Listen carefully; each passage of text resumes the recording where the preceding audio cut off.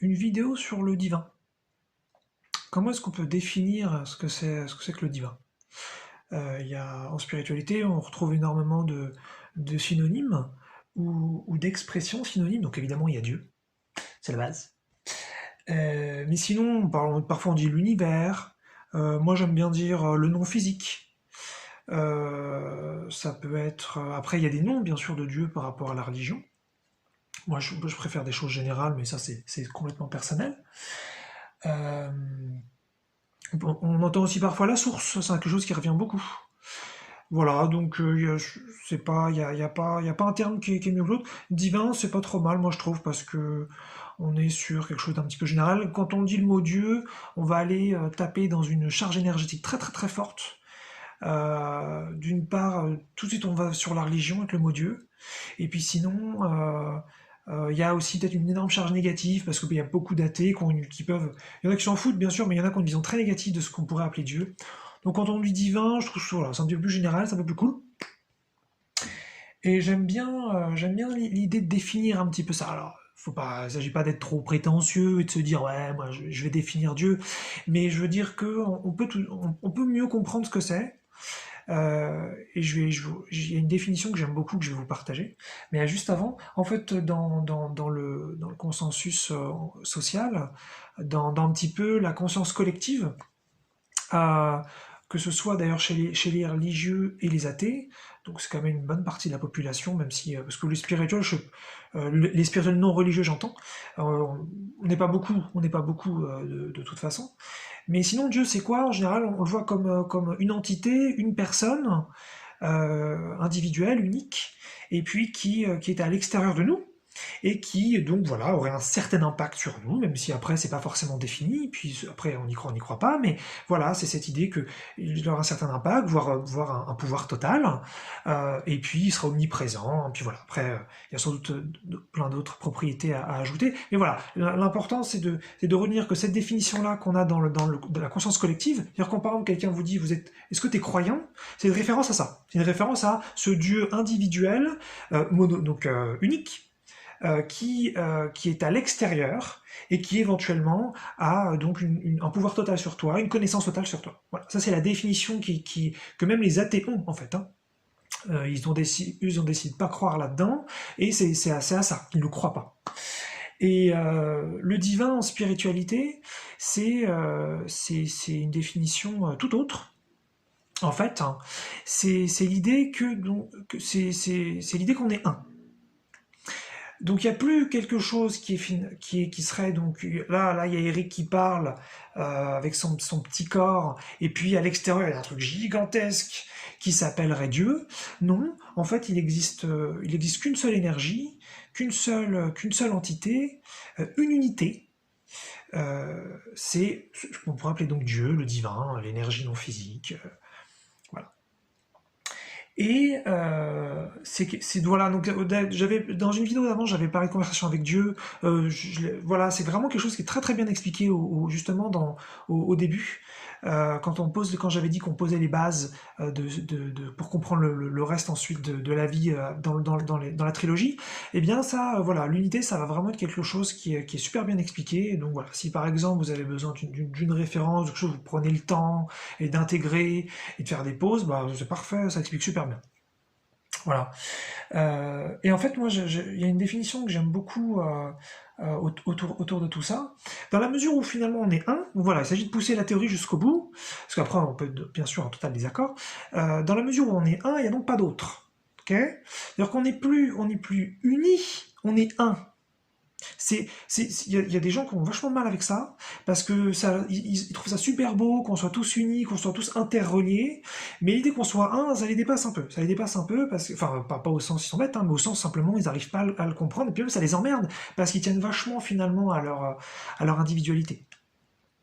Mais dire qu'on est un, ce n'est pas que tout d'un coup je perds ma personnalité, je perds ma conscience individuelle et elle va se fondre dans un truc gigantesque et j'existe plus.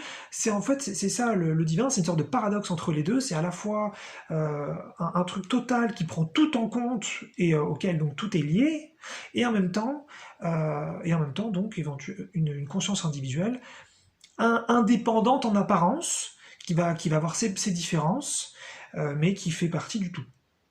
Et qui est le tout en même temps. Voilà, c'est un petit peu un entre-deux, quoi. C'est un petit peu, on est tous liés, donc, et en même temps, on n'est pas liés du tout parce qu'on est un. Voilà. Donc c'est un peu un paradoxe, c'est très compliqué en tant qu'humain de comprendre ça, et de le ressentir, ça c'est un autre délire. Il y en a qui arrivent à faire des ressentis d'unité, où ils voient plus la différence. Parfois c'est quelques instants où il y en a qui le pratiquent beaucoup et qui peuvent le ressentir pendant longtemps.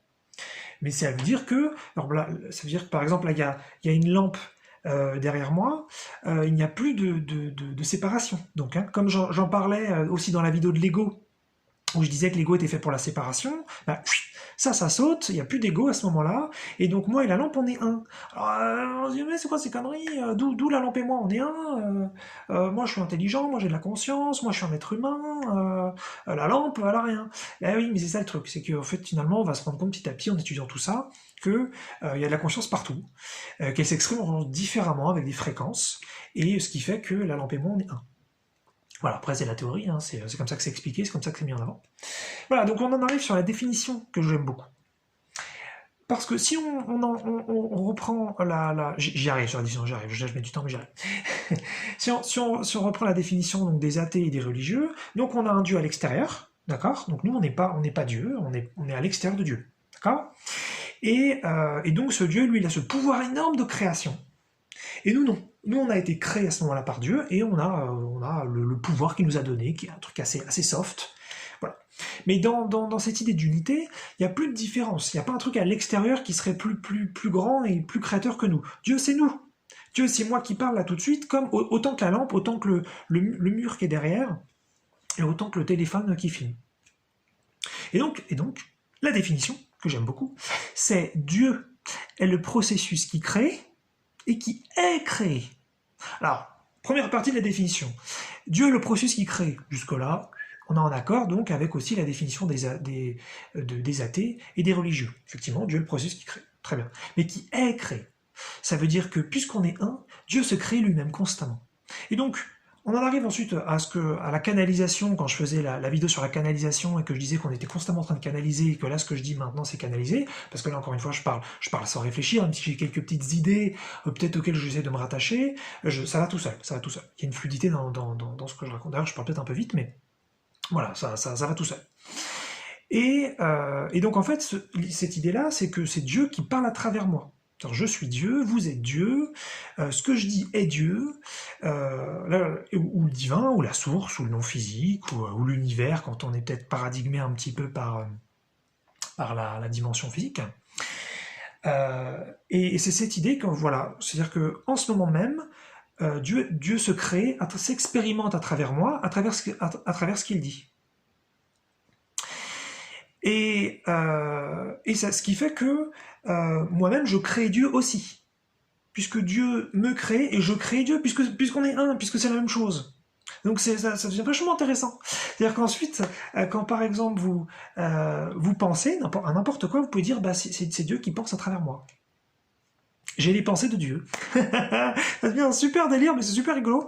Ça, c'est assez impressionnant parce qu'en général, voilà, dans ce consensus social, un petit peu, on a cette idée que, eh bien, voilà, moi je ne suis pas Dieu, hein, voilà, Dieu c'est un truc super puissant, super fort, super mystérieux à l'extérieur de moi, et puis moi, tout seul dans mon coin, bah, j'ai mes petites pensées, mes petites émotions, ma petite vie.